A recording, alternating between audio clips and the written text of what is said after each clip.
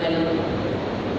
അതെ, 2 ലോക മഹായുദ്ധങ്ങൾ ഏൽപ്പിച്ച ആഘാതത്തിൽ നിന്ന് ഉയർത്തെഴുന്നേൽക്കും മുമ്പ് തന്നെ ഇതാ വീണ്ടും യുദ്ധകാഹളം നമ്മുടെ തലയ്ക്ക് മീതെ മുഴങ്ങുമ്പോൾ മനസ്സാക്ഷി മരവിച്ചിട്ടില്ലാത്ത മനുഷ്യ ഹൃദയങ്ങളിൽ ഉയരുന്ന ചോദ്യം: ആരാണ് ജയിച്ചത്?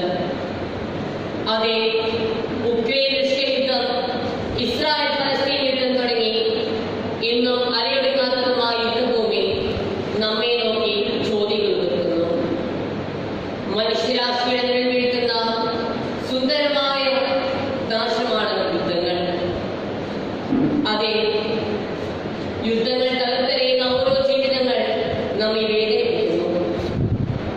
ഒഴുകുന്ന ചോരപ്പുഴകൾ, മനുഷ്യ മക്കളുടെ ദീനരോധനം, ഒഴുകുന്ന കണ്ണീർ കടൽ, നിസ്സഹായതയുടെ നിലവിളികൾ, എല്ലാം നഷ്ടപ്പെട്ടവരുടെ നെടുവീർപ്പുകൾ.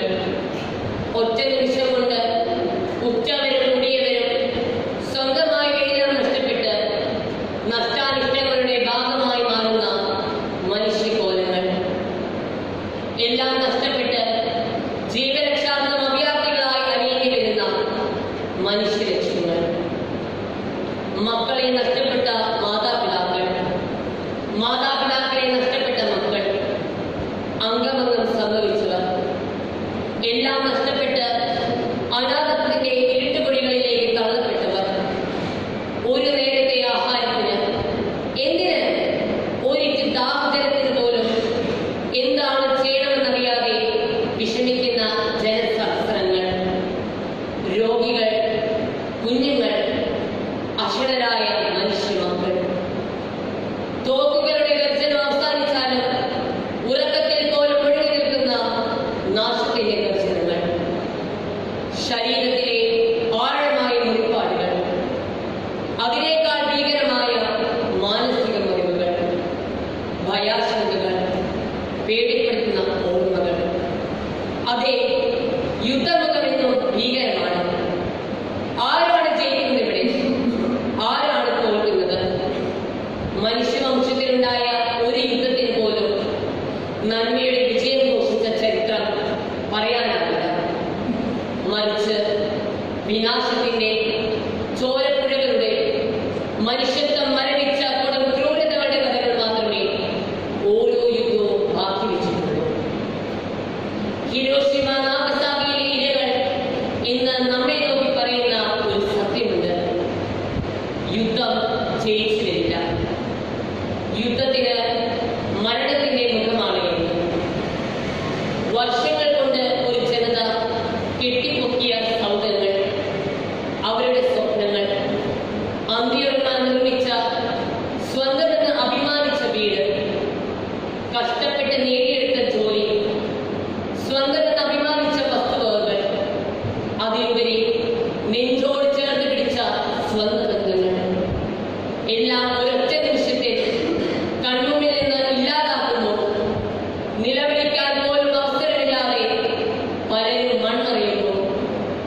എങ്ങും യുദ്ധഭീതിയും ചോരപ്പുഴയും തോക്കുകളുടെ ഗർജനങ്ങളും യുദ്ധങ്ങൾ തകർത്തെറിയുന്ന നഷ്ടാവശിഷ്ടങ്ങളും കണ്ട് മനസ്സും ശരീരവും തകർന്ന് ഇനി എന്ത് എന്ന് ചെയ്യാൻ പോലും അറിയാത്ത നിസ്സഹായരായ, ഉപേക്ഷിക്കപ്പെടുന്ന ഈ മനുഷ്യ മക്കൾക്ക് ഉത്തരം നൽകിയേ പറ്റൂ.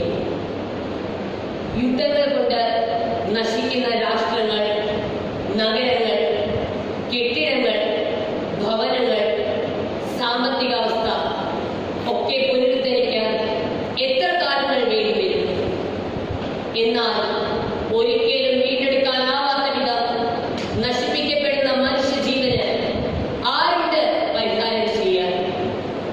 അവന് പകരം വയ്ക്കാൻ ആർക്കാണ് സാധിക്കുക?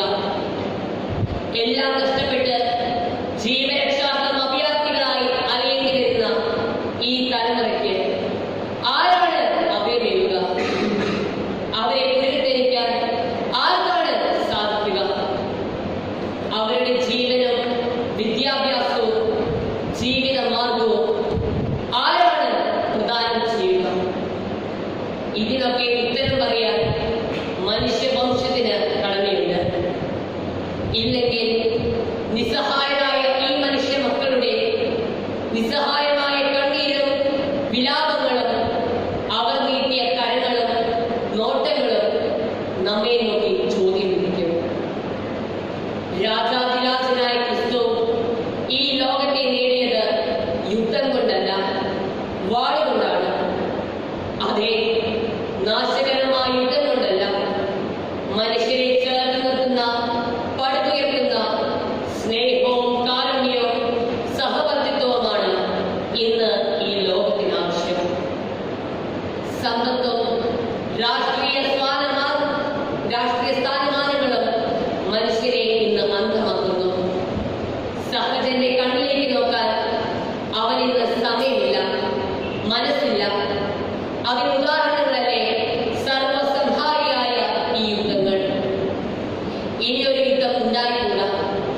മനുഷ്യ ജീവന് ഈശോയുടെ വിലക്കത്തോളം വിലയുണ്ട്.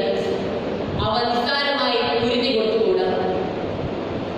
മനുഷ്യന്റെ നന്മയും കരുണയും സഹവർത്തിത്വവും സമാധാനവും സ്വാതന്ത്ര്യവും ആഗ്രഹിക്കുന്ന ലോക നേതാക്കൾ ഉണ്ടായിരിക്കണം. സമാധാനത്തിന്റെ സന്തോഷത്തിന്റെ സുഗന്ധം പരത്തുന്ന മാലാഖമാരെ ഇന്ന് ഈ ലോകത്തിന് ആവശ്യമുണ്ട്. അത് നമ്മിൽ നിന്നായിരിക്കട്ടെ. അങ്ങനെ നമ്മുടെ കുടുംബം, സഭ, സമൂഹം, പിന്നെ